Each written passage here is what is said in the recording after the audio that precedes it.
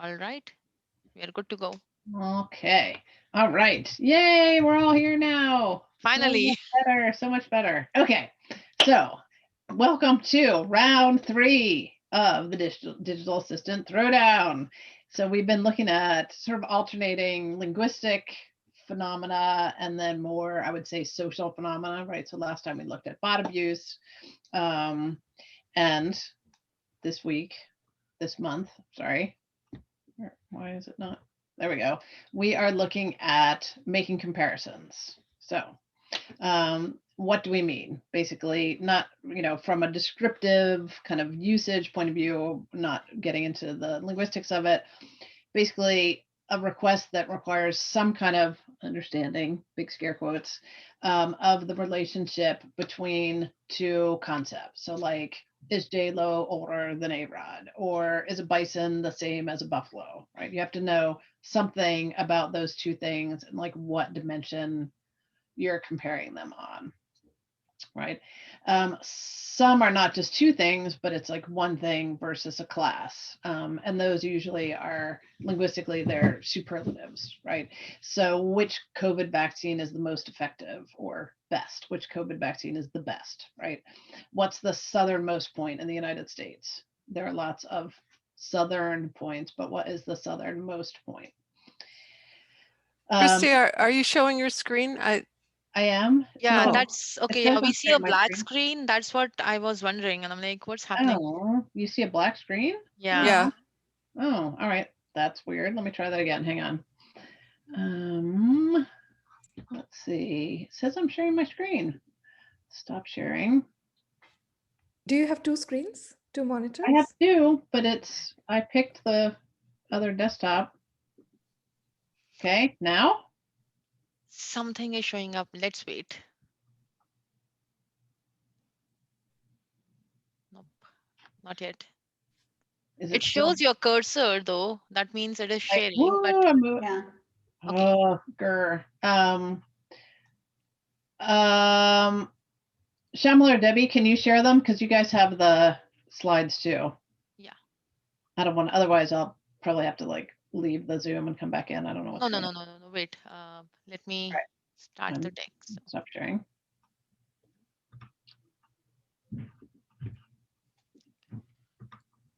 And I will get out of them. Screen 2.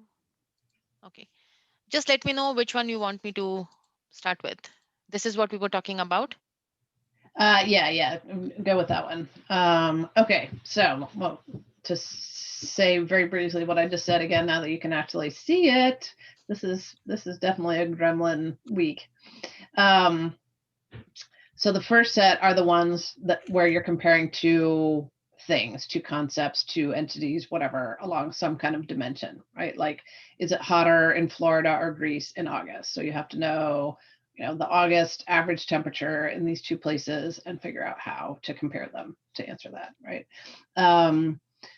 The ones that are class, right? You have to say, okay, of all these things, which one has the exist, whatever the particular feature is you're asking about. They could be factual, like what's the tallest mountain in Europe? Although even with some of these factual things, obviously there's debate, how it was measured or whatever, but there's some objective agreed upon height for mountains and you can compare them. Some of them are completely subjective, like who has the best sushi in Paris, right? And how do you figure that out? Is it like you ask your friends, you look at some sort of, Yelp ratings, you always use Yelp, you look at the Google restaurant reviews, what do you use to make that judgment, like as a person or as a system? So any thoughts just on the general phenomenon that we're looking at here?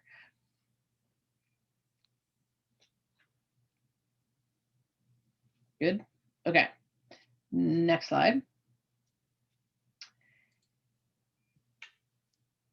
Basically, the things we tried all failed. I would say that my initial observation is that current assistants are terrible at these. So, for instance, what's the tallest mountain in Europe? returned a list of tall mountains. Now you can go find the answer in there, but it did not give you the answer. And that was like the best ones. And it kind of happened to get it right because it just ignored the comparative and was like tall mountains in Europe. Oh, okay, I can do a search for that, right? What's closer to my house, CVS or Walgreens? Got a map that had Walgreens, totally lost the CVS. Is it going to be colder today or tomorrow? Yes, it'll be cold tomorrow in your area. Expect a high of 30 and a low of 10. Lost today. And then who's the best quarterback in the NFL? Obviously, very timely this week, matter of some debate. Search response, here's information from NBC Sports, but it's not current. It's ranking of the 32 best quarterbacks at 2020's halfway point. So I want like right now, like what are people talking about now? Who thought that, for the Super Bowl, who was the better quarterback? Probably Tom Brady, whatever else we want to say about him. So, not looking good, basically, I would say, for digital assistants and comparisons. And at this point, we normally split up and go test a bunch of things and put them into a Google Doc and then come back and talk about them. I don't know if we want to do any more discussion before we break. Yeah, so I think what we can do is give everyone a chance to. These are some of the examples Christy and Debbie have added. So if we can test our own examples, outside of these and see what kind of comparisons we are getting with different assistants, let's put it in here first, and then we can come back and discuss some of those things and what would be a better strategy for such comparisons and things like that. I'm just trying to wonder what is the reason that comparisons are failing so much uh, in terms of digital assistance? Is it because of the way we map it to intents, or how the architecture is designed, or is it because we do not have data sets generated like that already available for the assistant to take that information from? I'm just trying to understand here. So, I mean, it's probably both. So if you take the Walgreens and CVS, most of the mapping tools aren't designed to show. It's basically like two layers, right? You want like a CVS layer and a Walgreens layer. I mean, it's not that hard. yeah. They have an ability to do layers, right? Mhm. But so one question is, did it understand the input correctly, right? Mhm. And if it's a completely statistical process, like the understanding part may have just lost, was it CVS, right? It may just have not ever sent that on to whatever map rendering step was happening, right? Mhm. So I would guess it's both. I think a lot of times it's not understanding it correctly, right? It's not mapping it to the right search or whatever intent, depending how it works. And then the data, like the back end data, may just not be set up correctly, right? So Yeah. I feel like understanding is also part of it, right? So, for example, it is, for example, some of the things you were showing, like today or tomorrow, like what is the weather, or will it be cold today or tomorrow? So maybe it was confident about one of the keyword tomorrow, and that is why it started speaking about it, and today was not recognized. So, like you said, understanding is one part of it, recognition. So I feel like it's not just the NLU layer which is responsible, but also how the entire speech recognition system is working. But the other thing is, because it is not able to first of all recognize and have a better confidence, the NLU is not able to pick the intent, or maybe they don't have the intent already designed for comparisons or anything as such, right? For example, if you ask the voice assistant like, okay, what is the weather like, or what is the weather forecast, it is able to tell, but not the comparison thing. So most of the assistants have not thought, designers have not thought about comparison in general. Again, the third part to this is, like you mentioned, data, right? So when I said what is the weather, it has to go back and fetch it from somewhere. And if in the first place the understanding was wrong or the recognition was wrong, it is going to just pick what it is supposed to and then go and fetch that from the data source, whatever data source it is. So Mm. it's like everything has to work together, and I feel like everything is falling apart because none of them are actually linked properly. Mhm. Well, I think one thing to keep in mind is that all of these are supposed to have correct speech recognition. So we want to take that variable out of the comparison, as it were. Yeah. So like for the CVS and Walgreens, it definitely heard CVS and Walgreens, and then it just ignored part of it. One thing in the NLU design, I think there's a lot of just having one slot for one entity. Yes, Like I you want to think so. ask a question like how big is the Pacific Ocean? That's going to be its entity, and if there's another filler of that slot hanging around in the sentence, it just wasn't designed to think that there might be more than one Yeah, entity. kind of. Do you think that all of this is I mean, they are using neural networks for this, right? Is all AI based? In this case, in the case of the comparison, wouldn't it be better to have rule based? I mean, I would say so, but that's in some places that's a hard argument to make. Although one would imagine that rational people presented with these kind of findings, like your system falls down on all of these queries, would, perhaps find that more palatable. But yeah.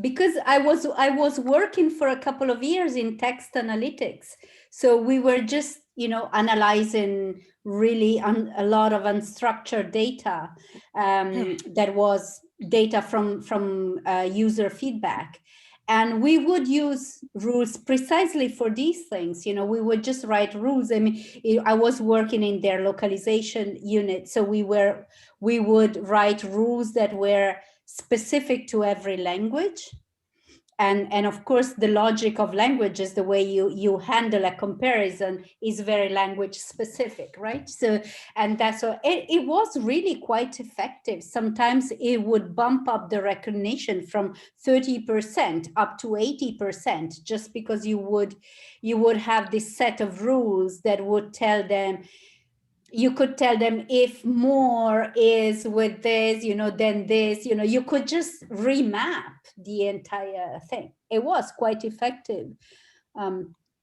Is incredible how that has been around for years, and it could probably be quite easily applied in these cases, right? So, yeah, interesting. Yeah. So do we want to do the throwdown, like do our own little comparison and then come back? Sure. All right then. So I'll mute myself so that no one else's assistant picks up.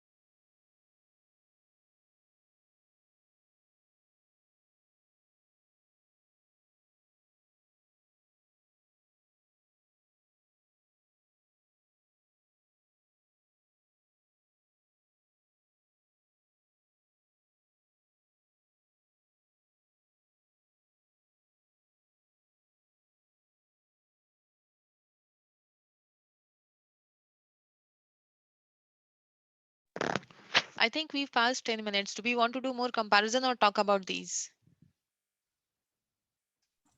Let's talk about these. We have a lot. Oh, we do have a lot. There are Yeah. a lot of interesting stuff. So, okay. All right then. My God, I highlighted my favorite one. Oh. Do you see the? It's so bad. Wow. Yeah. I found similar kind of thing, which was kind of weird. So I asked Siri about, which sport is better for my son, soccer or football, and she started which league, and she started talking about, American League, Australian League, blah blah blah, and all those things. I don't know. They don't understand some of these things. Yeah, I mean, it was very funny. Because I live in Germany, I looked at, which is closer, Munich or Berlin, and it opened up Google Maps and it put the destination as both Munich and Berlin. And I was like, what is happening here? It is crazy. It is for sure. Yeah. I One, somehow feel Siri was little better for some of the responses, not for all. But at least, when I asked for a couple of things like comparison for tea or coffee or something else, she was at least showing me the search results, if not like verbally telling me which one is best. Even when I asked which one is the best Thai food restaurant, Siri was like, the highest top rated I see is Basil Asian Bistro. So at least, and also gave me the rating, which was kind of good, and then showed me others as well. one thing that I noticed that made me think that some of these are hard coded was I asked a couple of which is deeper, the Atlantic or the Pacific. So that's really common. Everybody knows about the oceans. But when I asked it which was deeper, Lake Erie or Lake Ontario, it started falling apart. So it made me think that it's just that particular content that somebody said, oh, they're asking which ocean is deeper. Let's put that in, and putting in those specific oceans. Or counter theory, it's all machine learning, and that doesn't get asked very often. So it just doesn't. Yeah, although it did do a pretty good job on the more obscure oceans. I didn't see any difference between Atlantic and Pacific and Indian and Arctic. They were but as you get into things like smaller bodies of water or less common ones, there's not going to be that kind of training data. Right. Yeah, definitely. One of the things I found interesting is that most of the time the Google Assistant will return a correct blue link at least. But sometimes it also reads it. It reads at least the beginning, telling you, for example, which one is deeper, while sometimes it just tells you, here is the result from search, but does not read anything. So that means that if you have a device with a screen, you get a good result. But if you just have a speaker, it's, Yeah. I think that is done differently anyways, like when it is a a screen-less device, the way the results are read out, I think is anyways a little bit different than Yeah. the they devices. usually differentiate. Yeah. Yeah, the same thing. I have a Dot and I have Echo Show as well. So when I ask the same thing, both of them will read out things differently because, with visual, you also have a little bit more flexibility. You are able to see things, so the responses may vary. Voice first, I think they need to have a better strategy for sure. Yeah. The one I really liked about Siri is right on top. I did not do it. It was already there when you asked about the cheapest electric car. The next one I found is the Walmart Supercenter in King of Prussia. It's super crazy. Yeah. But not, I mean, even the others did not do very well in that. So I think, yeah, this is something overall I feel like, looking at all the results here, it feels like you mentioned, Christy, most of these voice assistants, they do not do a better job of comparison. So I think it could be like we spoke about technology being an issue, the understanding being an issue, all of those things for sure. Because it was funny, so when I asked Google, uh, you know which one is the best sport for my son, soccer or football, it said, sorry, I don't have any information about that, but I found something related. Do you want to know which food you should eat between soccer? I'm like, I'm not asking you about food, but why are you telling me that? So Wow. That's crazy. Yeah, that's just right. I mean, I did realize as I was phrasing these that one thing that's hard is there are a lot of different ways to say the same thing. So for that one, we can see that I did the does coffee or tea have more caffeine? I was like, okay, which one has more caffeine, coffee or tea? Does tea have more caffeine than coffee? Does coffee have more caffeine than tea? Like you can put them in any order. And so there really are a lot of ways to say it. I mean, there aren't thousands of ways to say it. Like, as you said, Shamala, or no, Valeria, you're the one that said that, right? Like, it's not that hard to write rules that would cover these different cases. Yeah. But it really is like quite a wide variety of how you can express them. definitely. Yeah. Any And other, yeah. I well, I mean, I know we have noticed. Magnus, Sulekha. Do you guys have anything Oh, to add in? So yeah, Shamla, I also do observe with one thing with Alexa.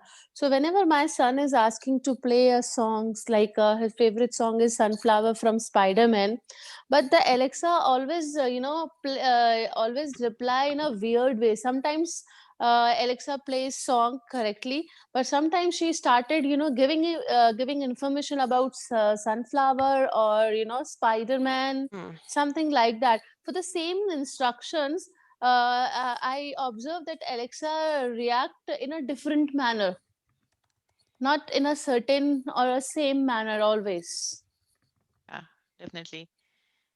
I mean, it's again depends on the voice assistant's mood. Sometimes they pick, Exactly, exactly. sometimes It, they it, it don't. always happens. So, yeah, cool. Uh, Hi guys. Hey, I Magnus. Yeah. I joined you guys all late, so I found a lot of happening. So I was just kind of watching first. But I tried my Siri. That's what I had. I had an Alexa, but it's not working right now.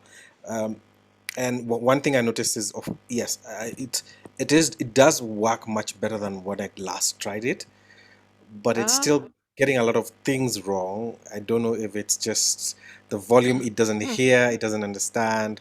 So I gotta keep like trying to ask it a couple of times. So of course I started with the simple ones like call for me a number on my contact, like, for example, Shamala. How do you say your name? yeah, Uh, it is Shamla. Shamala. So and that it would do, but I would try probably and say, what is the how many kilometers from here where I am into the city center, and it would hear city and it would ask me which city, so it also doesn't know. So there's still a lot, in my opinion, that would still need to be done on that side. But yeah, yeah, Yeah, yeah, definitely. yeah. Debbie, you were saying something? Yeah, I was going to say when I tried to compare three things, that was really bad. Let's see where there were They some were of in the those. beginning. Sorry, what? Were they in the Uh, beginning? it was just now. Just now. Like what did I say? Um, like well, I don't see Oh, which is it. longest? That one, like which is longest, an inch, a Yeah, meter, meter a a mile? mile. Yeah. I think that's part of that problem is lists. I don't know if we're going to get to that in some future Oh, discussion, but I don't think it's not very good at telling those three things apart. right. I Yeah. found the same thing with the liter and the quart example, which is bigger or which is which is higher or something like that. And I mean, Bixby completely broke down on that one. It was like, you have to start from the beginning, telling me the units and the numbers. It's Mhm. Oh. somewhere, yeah, it was. I think it's a bit tricky one, which is an advanced skill amongst calculator apps. So I think that's something that, even though it's something that is very likely to be asked by people, it doesn't fall into the basics of the calculator app in itself, and does might be, something which is pushed a little bit away from the very first implementations. But I can see kids asking for those kind of things, especially if we are thinking about voice in education Yeah. sector. Those kind of things will become important. So it's not just Definitely. so something which we should be pushing for, so that companies are thinking about as they are designing better solutions. But I feel Yeah. like as compared to the first two which we did, negation and bot abuse, I feel like there were a lot of good strategies in there for bot abuse. There were good strategies for negation, but comparisons, it's like a total fail. Like, none of them are doing a better job in there. Oh, and actually, what you guys just like previewed what I was going to say on the last slide, which we can look at or not. We don't have a lot of time, but basically, I said, your system has to be able to do math with words, Hmm. and that's hard, right? Which things are more than, less than, which things are equal to, and then the thing we touched on the back end of how, like, if you're saying, good restaurants, how do you measure what's a good restaurant, right? What's your data source? And you're going to have to, if you have stars, you have to map the stars into bins, right? So basically, a good restaurant is, with what, like 4 out of 5 or 3.5 out of 5, what's good. um so there's definitely some work on the back end there that hasn't happened. It's like clearly not happened. And sometimes they get lucky, right? And the search works, and there happens to Yeah. be, like, I did Yeah. the southernmost point in the United States, and there happens to be a Wikipedia page that is like the southernmost point buoy in Florida. Okay, like that's sort of handed on a platter. So presumably whatever words you say around blah blah blah, southernmost point, blah blah blah, right? The assistant's gonna land on that Wikipedia page without actually having to know anything about comparisons. Um, so that, I yeah. also I also found out that, well, I am not a native English speaker.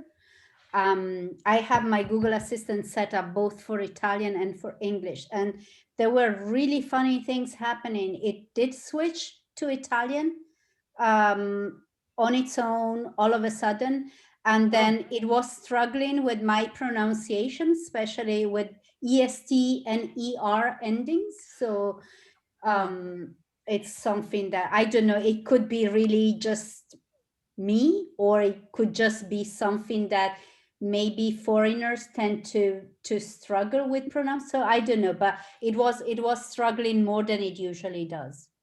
Yeah, definitely. Even with my accent, it kind of, sometimes there's a problem for sure. It never understands half of the thing I say.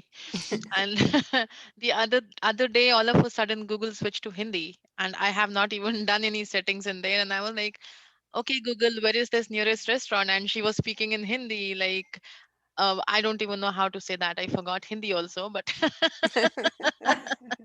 but she was just telling me all of the things in Hindi. That's kind of creepy, actually. It is. I don't know why it keeps jumping, or what is their strategy. So part of the reason could be tech glitches, because of which the languages are being switched. But well, there are so many other languages. It could have picked any other language. I don't know why it picked Hindi for me. So that was one thing which was weird. But in terms of the best practices, what I feel is it's not just these things. These are great, but we also need to think about the strategy as well. If I'm asking something through voice, the reason is because I don't want to search. Well, I have a phone. If I have to search, I can simply search. If I'm asking you something and you are simply showing me a search result, does not really make sense to me. Like, what's the need? I can do that on my phone.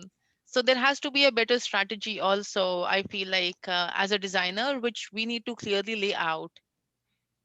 I think one of the biggest things that I can think of is when you are actually trying to bring voice assistant into a service, or you have an app which you're trying to voiceify.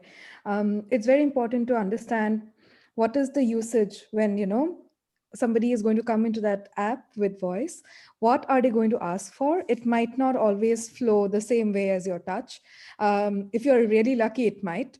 Most times it won't.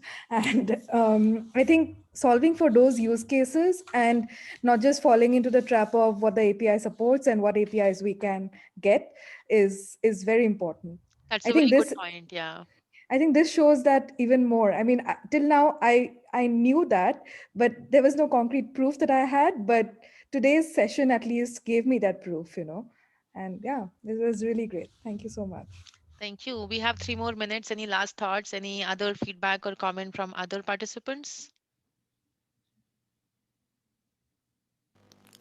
So Shamla, I would like to ask one question. Like when we are talking about that voice assistants play an important role in school education, primary or middle school education. So don't you think that like for voice assistant we should work on accent part first, because every student is having their own accent. And it's not necessary Hmm. that our voice assistant will be able to interpret everyone's accent.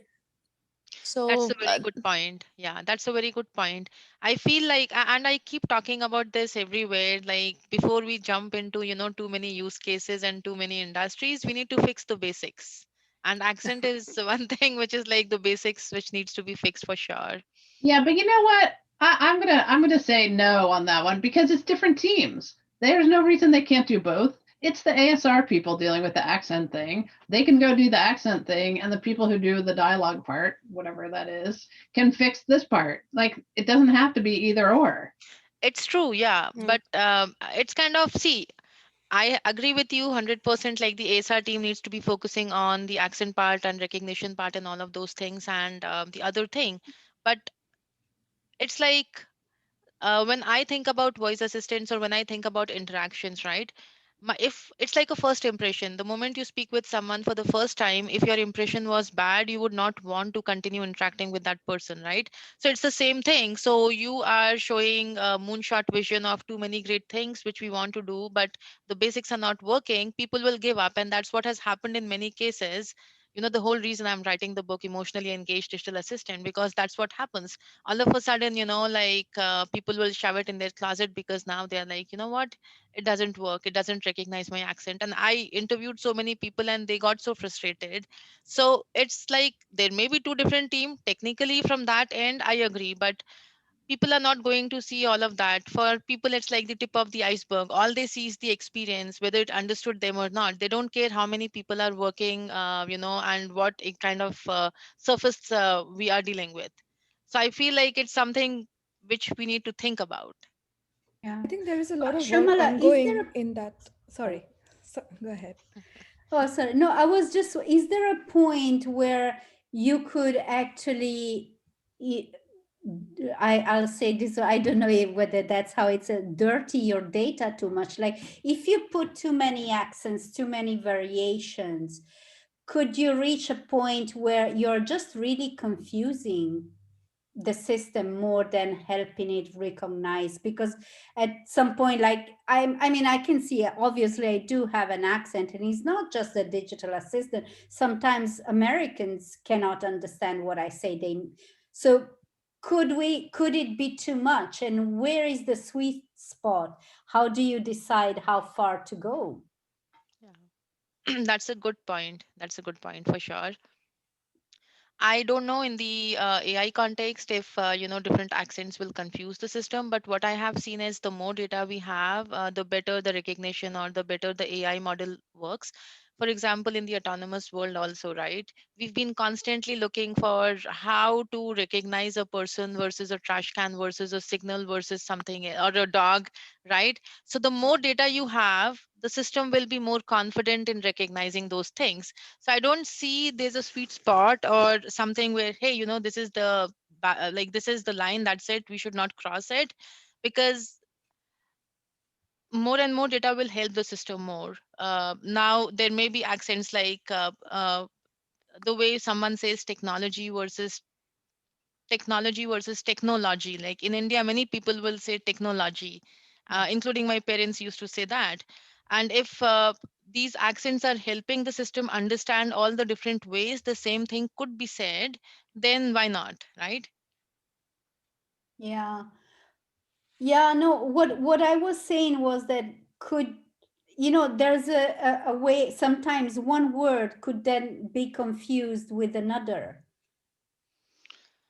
I can see that happening too. And maybe like with, with generic assistants that really, they deal with anything. So maybe you end up confusing words that are kind of similar, but natives would know how to differentiate, but maybe, someone like me doesn't have that refined pronunciation.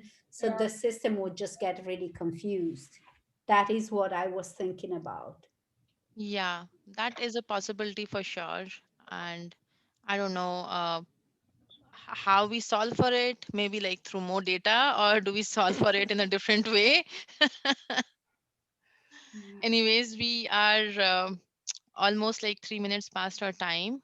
So thank you so much. Thank you, everyone. And next month, we'll do another throwdown, and Debbie, Christy, and I will think about the next topic and announce that soon. Okay, cool. Sounds See you good. guys. So, Thanks, Thank everybody. Thank you. you so much. Fun. Bye. bye. Thank you. Bye. See you next time. Bye. Thank you, Bye. guys. Bye. Bye. Could you share? Is it possible to share the slides that you had? Is that okay? Yeah. We can share that. All right. All right. Thank you very Thank much. Thank you. you. Bye-bye. Bye-bye. Bye.